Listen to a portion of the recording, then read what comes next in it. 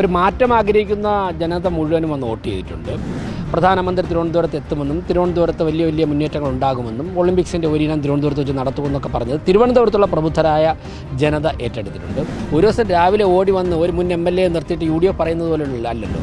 2020 മുതൽ 2025 വരെ സമാനതകളില്ലാത്ത പോരാട്ടങ്ങൾ നടത്തിയതിൻ്റെ തുടർച്ചയായിട്ടുള്ള സമരമാണ് ഈ ഇലക്ഷൻ. ഭരണമാറ്റം ആവശ്യമാണ് എന്ന് NDAയും UDFും ജനങ്ങളും ഒക്കെ പറഞ്ഞപ്പോൾ ഭരണമാറ്റം ആവശ്യമാണെങ്കിൽ പ്രതിപക്ഷത്തെ വിജയിപ്പിക്കണം. പിന്നെ ഞങ്ങൾ കോമ്പീറ്റൻ്റ് ആയിട്ടുള്ള പ്രതിപക്ഷമായിരുന്നു.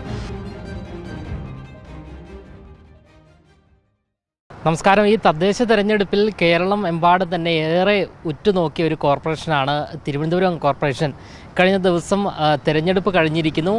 3 മുന്നണികളും ഇനി ഫലം കാത്ത് ഇരിക്കുകയാണ്. ആര് വിജയിക്കും എന്നുള്ളതാണ് പ്രധാന ചോദ്യം. എന്തായാലും കഴിഞ്ഞ തെരഞ്ഞെടുപ്പിനേക്കാൾ വോട്ടിംഗ് ശതമാനം കുറഞ്ഞോ എന്നുള്ള ആശങ്കകളെല്ലാം തന്നെ നിലനിൽക്കുന്നു. ഇത് 3 മുന്നണികൾക്കിടയിലും ആശങ്ക വർദ്ധിപ്പിച്ചിട്ടുണ്ടോ എന്താണ് എന്നൊന്നും അറിയില്ല. എന്തായാലും BJPയുടെ കൊടുങ്ങാനൂർ വാർഡിലെ NDA സ്ഥാനാർത്ഥിയും അതുകൂടാതെ സംസ്ഥാന നേതാവുമായ ശ്രീ VV രാജേഷാണ് മറുനാടനൊപ്പം ഉള്ളത്. വോട്ടിംഗ് ശതമാനം കുറഞ്ഞ് അതൊരു ആശങ്കയായി നിലനിൽക്കുന്നുണ്ടോ? അത് LDFന് ആശങ്കയായിട്ട് നിലനിൽക്കുന്നുണ്ടെന്നാണ് ഞാൻ മനസ്സിലാക്കിയിട്ടുള്ളത്. ഒരു മാറ്റം ആഗ്രഹിക്കുന്ന ജനത മുഴുവനും വന്ന് വോട്ട് ചെയ്തിട്ടുണ്ട്. അതാണ് രാവിലെ പോളിംഗ് സ്റ്റേഷനിൽ കണ്ട ആവേശം. മറ്റൊന്ന്, ഞങ്ങളുടെ വോട്ടുകളൊക്കെ തന്നെ ഞങ്ങൾ പരമാവധി കൊണ്ടുവന്ന് പോൾ ചെയ്തിട്ടുണ്ട്. 2-3 വോട്ടൊക്കെയാണ് ഞാൻ സംസാരിച്ച വാർഡുകളിലൊക്കെ വന്ന്. അത് കിടപ്പ് രോഗികൾ, സ്ഥലത്തില്ലാത്തവരൊക്കെയാണ്. ബാക്കിയൊക്കെ ചെയ്തിട്ടുണ്ട്. മറ്റൊന്നൊരു മാറ്റം ആഗ്രഹിക്കുന്ന മുഴുവൻ ജനങ്ങളും BJPക്കാണ് വോട്ട് ചെയ്തിട്ടുള്ളത്. അതിലെനിക്ക് തോന്നുന്നു UDF ഉന്നയിച്ച മുദ്രാവാക്യം ഉൾപ്പെടെ ഞങ്ങൾക്ക് ഗുണം ചെയ്തിട്ടുണ്ട്. ഒരു ഭരണമാറ്റം ആവശ്യമാണ് എന്ന് NDAയും UDFും ജനങ്ങളും ഒക്കെ പറഞ്ഞപ്പോൾ ഭരണമാറ്റം ആവശ്യമാണെങ്കിൽ പ്രതിപക്ഷത്തെ വിജയിപ്പിക്കണം. പിന്നെ ഞങ്ങൾ കോമ്പീറ്റൻ്റ് ആയിട്ടുള്ള പ്രതിപക്ഷമായിരുന്നു. ഞങ്ങൾ മുന്നോട്ട് വെച്ചൊക്കെ തന്നെ വിശ്വസനീയമായ മുദ്രാവാക്യങ്ങളായിരുന്നു. പ്രധാനമന്ത്രി തിരുവനന്തപുരത്ത് എത്തുമെന്നും തിരുവനന്തപുരത്ത് വലിയ വലിയ മുന്നേറ്റങ്ങൾ ഉണ്ടാകുമെന്നും ഒളിമ്പിക്സിൻ്റെ ഒരിനം തിരുവനന്തപുരത്ത് വെച്ച് നടത്തുമെന്നൊക്കെ പറഞ്ഞത് തിരുവനന്തപുരത്തുള്ള പ്രബുദ്ധരായ ജനത ഏറ്റെടുത്തിട്ടുണ്ട്.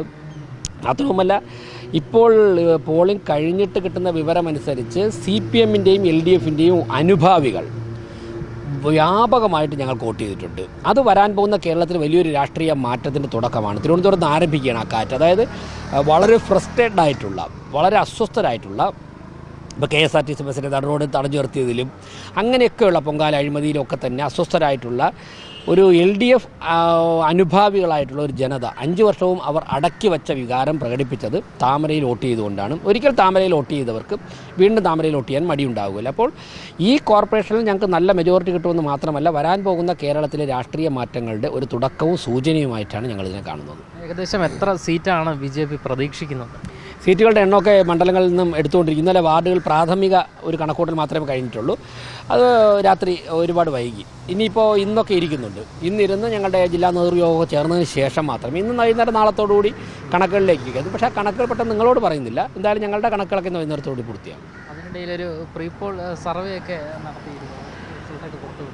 ഞാനത് ഇന്നലെ വാർത്തകളിലാണത് കണ്ടത്. അതിലപ്പുറമൊക്കെ എനിക്കറിയില്ല. ഇന്നലെ വാർത്തകളിലൊക്കെ കാര്യം കണ്ടിരുന്നു. ഞാൻ അതിനെക്കുറിച്ച് ഇന്ന് അന്വേഷിക്കേണ്ടിയിരിക്കുന്നത്. ശ്രീ S. സുരേഷ് പറഞ്ഞത് മേയർ സ്ഥാനം ഉറപ്പിക്കാനുള്ള എല്ലാ ശ്രമങ്ങളും നടത്തി കഴിഞ്ഞു, സത്യപ്രതിജ്ഞയ്ക്ക് തയ്യാറായിക്കോളൂ എന്നാണ് പറഞ്ഞത്. നിങ്ങൾ വിശ്വസിച്ചോളൂ, അത് വിശ്വസിക്കാം. അത് തന്നെയല്ല ഞാനും പറഞ്ഞത്. ഭരണം BJPക്ക് ലഭിക്കുവാനുള്ള സാഹചര്യമായിട്ടുണ്ട്. എന്തായാലും വലിയ വിജയപ്രതീക്ഷ തന്നെയാണ്. നല്ല വിജയപ്രതീക്ഷ. ഞങ്ങൾ ഒരു ദിവസം ഓടി വന്ന് ഇലക്ഷനിൽ മത്സരിക്കുകയല്ലോ UDFനെ പോലെ. ഞങ്ങൾ കഴിഞ്ഞ 5 വർഷം പ്രതിപക്ഷം എന്നുള്ള നിലയ്ക്ക് നടത്തിയ വലിയ പോരാട്ടങ്ങൾ, 2015 മുതൽ 20 വരെ നടത്തിയ സമരങ്ങൾ, 2020 മുതൽ 2025 വരെ സമാനതകളില്ലാത്ത പോരാട്ടങ്ങൾ നടത്തിയതിൻ്റെ തുടർച്ചയായിട്ടുള്ള സമരമാണ് ഈ ഇലക്ഷൻ. ഇപ്പം ഞാൻ കോർപ്പറേഷനിൽ BJPയുടെ ജില്ലാ പ്രസിഡന്റ് കൗൺസിലറുമായിരുന്നല്ലോ. നിങ്ങളൊക്കെ മാധ്യമപ്രവർത്തകരല്ലേ. 5 വർഷം നമ്മൾ അതിനകത്ത് CPMൻ്റെ അഴിമതിക്കെതിരായി ഇവിടെ ഒരു ഭരണമാറ്റം ഉണ്ടാകണമെന്ന വികാരം തന്നെ വന്നത് എപ്പോഴാണ്? അതിനകത്ത് നടക്കുന്ന അഴിമതികൾ ഇത്രത്തോളം ആഴത്തിലുള്ളതാണെന്ന് പൊതുസമൂഹത്തിൻ്റെ ശ്രദ്ധയിൽ കൊണ്ടുവന്നവരാണ്. ഞങ്ങൾ രാത്രിയെ പകലാക്കി, രക്തം വിയർപ്പാക്കി, സ്ത്രീകളും പുരുഷന്മാരുമൊക്കെ തന്നെ ക്രിമിനൽ കേസുകളെ നേരിടാൻ നെഞ്ചുറപ്പോടെ ഇത് തല്ല് ഏറ്റുവാങ്ങി, പോലീസും മർദ്ദനങ്ങൾ ഏറ്റുവാങ്ങി, എത്ര പേരുടെ തല പൊട്ടിയിട്ടുണ്ട്, എത്ര പേരുടെ ശരീരത്തിൽ അവിടെ ഇവിടെയൊക്കെ തന്നെ വലിയ വലിയ പരിക്കുകളുണ്ട്. ഇപ്പോഴും അതുമായിട്ട് അനുഭവിക്കുന്നവരുണ്ട്. അങ്ങനെ വലിയൊരു സമര പെരുമഴ തന്നെ പെയ്ച്ചിട്ടാണ് ഞങ്ങൾ ഇലക്ഷനിലേക്ക് പോകുന്നത്. അപ്പോൾ തീർച്ചയായിട്ടും ഒരു ദിവസം രാവിലെ ഓടി വന്ന് ഒരു മുൻ MLA നിർത്തിയിട്ട് UDF പറയുന്നത് പോലെയുള്ള അല്ലല്ലോ. അപ്പോൾ ജനങ്ങൾക്ക് വ്യക്തമായിട്ട് ഞങ്ങൾ കോർപ്പറേഷനെക്കുറിച്ച് പഠിച്ചിട്ടുണ്ട്. തിരുവനന്തപുരത്തെ ആവശ്യങ്ങൾ പഠിച്ചിട്ടുണ്ട്. ജനങ്ങളുടെ വികാരം ഞങ്ങൾ മനസ്സിലാക്കിയിട്ടുണ്ട്. അപ്പോൾ ഇത് പരിഹരിക്കാൻ വേണ്ടി ഞങ്ങൾക്ക് കോമ്പീറ്റൻ്റ് ആയിട്ടുള്ള നേതൃത്വമുണ്ട്. അപ്പോൾ പിന്നെ ഞങ്ങളല്ലാതെ പിന്നെ മറ്റാരെ ജനങ്ങളെ ഏൽപ്പിക്കുന്നത്? അപ്പം നല്ല ആത്മവിശ്വാസം, അതിൻ്റെ അടിസ്ഥാനത്തിൽ തന്നെയാണ് ഞങ്ങളുടെ നേതാക്കന്മാർ സംസാരിക്കുന്നത്.